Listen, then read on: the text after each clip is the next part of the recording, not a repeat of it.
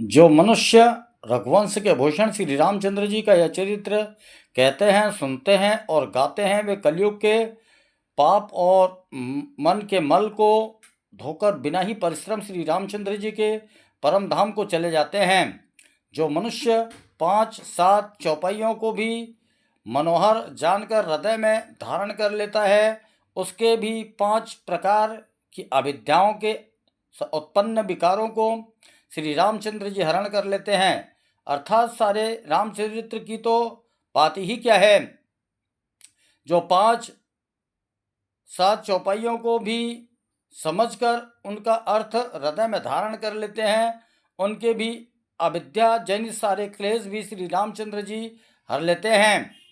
सुंदर, सुजान और कृपा निधान तथा जो अनाथों पर प्रेम करते हैं, ऐसे एक श्री रामचंद्र जी ही है। इनके समान निष्काम हित करने वाला और मोक्ष देने वाला दूसरा कौन है।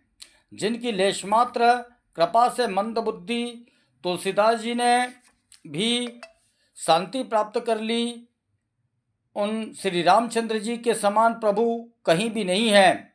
श्री रघुवीर मेरे समान कोई दीन नहीं है और आपके समान कोई दीनों का हित करने वाला नहीं है। ऐसा विचार कर हे रघुवंश मणि, मेरे जन्म मरण के भयानक दुख का हरण कर लीजिए। जैसे कामी को स्त्री प्रिय लगती है और लोभी को जैसे धन प्यारा लगता है, वैसे ही हे रघुनाथ जी, हे राम जी, आप निरंतर मुझे प्रिय लगी है। श्रेष्ठ कवि भगवान श्री शंकर जी ने पहले जिस दुर्गम मानस रामायण की श्री रामचंद्र जी से चरण कमलों में नित्य निरंतर भक्ति प्राप्त होने के लिए रचना की थी, उस मानस रामायण को श्री रघुनाथ जी के नाम में निरत मानकर अपने अंतःकरण के अंधकार को मिटाने के लिए तुलसीदास जी ने इस मानस के रूप में भाषाबद्ध किया। यह श्री रामचरित मानस पुण्य रूप पापों का हरण करने वाला, सदा कल्याणकारी विज्ञान और भक्ति को देने वाला है। माया, मोह और मल को नाश करने वाला परम निर्मल प्रेम रूपी जल से परिपूर्ण तथा मंगलमय है।